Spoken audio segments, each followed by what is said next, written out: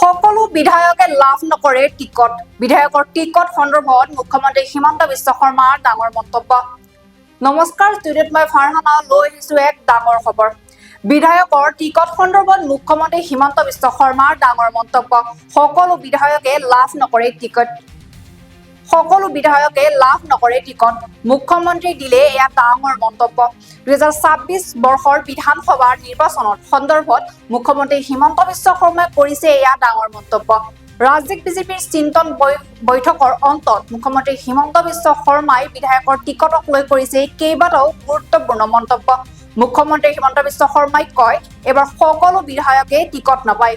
সমষ্টি পুনৰ নিৰ্ধাৰণৰ বাবে বহু বিধায়কৰ সমষ্টি নোহোৱা হ'ল। বহু বিধায়কে নিজেও নিৰ্বাচন নেখেলে বুলি উল্লেখ কৰি মুখ্যমন্ত্ৰীগৰাকীয়ে লগতে কয়, নতুন মুখ আহিব, নতুন মুখক আমি প্ৰাধান্য দিম। সকলো বিধায়কে যে টিকট পাব কোনো কথা নাই, কোনোবা নহয় কোনোবাই টিকেট নাপাব। আৰু ইয়াৰ লগতে তেওঁ কয় যে এবাৰ বহু আসন SC/STৰ বাবেও সংৰক্ষিত কৰা হৈছে। সেই সমষ্টিত আমি নতুন মুখক প্ৰাধান্য দিম। চৰকাৰী আঁচনি ৰূপায়ণ কৰা সকলেহে পাব টিকট। সকলো বিধায়কে যে টিকট পাব তেনে কোনো কথা নাই বুলি ক'লে মুখ্যমন্ত্ৰী হিমন্ত বিশ্ব শৰ্মাই। ডিজিটেল আসাম লাইভৰ সমূহ দৰ্শকক আমি জনাই আছো যে বিধায়কৰ টিকট সন্দৰ্ভত মুখ্যমন্ত্ৰীয়ে এক ডাঙৰ মন্তব্য কৰে। তেওঁ ক'লে যে সকলো বিধায়কে লাভ নকৰে টিকট। 2026 বিধানসভা নিৰ্বাচন সন্দৰ্ভত মুখ্যমন্ত্ৰী হিমন্ত বিশ্ব শৰ্মাই কৰিছে এয়া ডাঙৰ মন্তব্য। ৰাজ্যিক বিজেপিৰ চিন্তন বৈঠকৰ অন্তত মুখ্যমন্ত্ৰী হিমন্ত বিশ্ব শৰ্মাই বিধায়কৰ টিকটক লৈ কৰিছে কেইবাটাও গুৰুত্বপূৰ্ণ মন্তব্য। মুখ্যমন্ত্ৰী হিমন্ত বিশ্ব শৰ্মাই কয় যে এবাৰ সকলো বিধায়কে টিকট নাপায়। সমষ্টি পুনৰ নিৰ্ধাৰণৰ বাবে বহু বিধায়কৰ সমষ্টি নোহোৱা হ'ল আৰু কয় যে বহু বিধায়কে নিজেও নিৰ্বাচন নেখেলে বুলি উল্লেখ কৰিছে। আৰু লগতে মুখ্যমন্ত্ৰীগৰাকীয়ে কয় যে নতুন মুখ আহিব আৰু নতুন মুখক আমি প্ৰাধান্য দিম। সকলো বিধায়কে যে টিকট পাব তাৰ কোনো কথা নাই, কোনোবা নহয় কোনোবাই টিকট নাপাবও পাৰে। আৰু ইয়াৰ লগতে তেওঁ কয় যে এইবাৰ বহু আসন SC/STৰ বাবে সংৰক্ষিত কৰা হৈছে। সেই সমষ্টিত আমি নতুন মুখক প্ৰাধান্য দিম। চৰকাৰী আঁচনি ৰূপায়ণ কৰা সকলেহে পাব এই টিকট। সকলো বিধায়কে যে টিকট পাব তেনে কোনো কথা নাই বুলি ক'লে মুখ্যমন্ত্ৰী হিমন্ত বিশ্ব শৰ্মাই। সকলো বিধায়কেতো টিকেট পাব নোৱাৰে। বহুতেতো কোনোবাই নিজেও ইলেকশ্যন নেখেলিব, কোনোবাই টিকেট নাপাব, কাৰোবাৰ সমষ্টি ডিলিমিটেশ্যনত নোহোৱা হৈ গৈছে। অসমত যিহেতু এইবাৰ ডিলিমিটেশ্যন হৈছে, গতিকে এটা নতুন মুখ আহিবই লাগিব।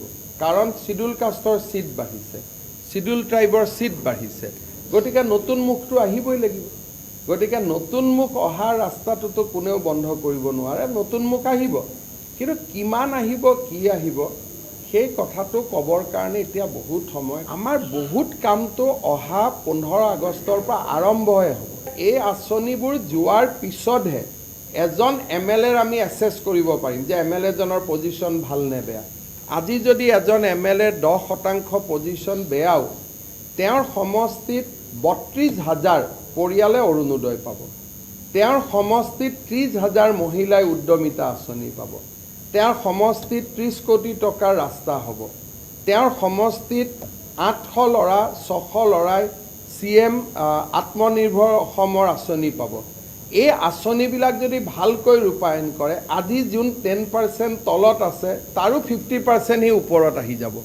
সেইকাৰণে বিজেপিৰ টিকেট কোনে পাব কোনে নাপাব চৰকাৰী আঁচনিখিনিৰ সফল প্ৰয়োগৰ ওপৰতে নিৰ্ভৰ কৰিব। গতিকে আজি যদি মোৰো সমষ্টিত মই 10% পিছুৱাই আছোঁ, আঁচনিবোৰ কৰিলে মই আগুৱাই যাম। সেইকাৰণে আজিৰ দিনত যিটো বিজেপিৰ পৰিৱেশ, সেই পৰিৱেশত 100% আৰু ইম্প্ৰুভ হ'ব।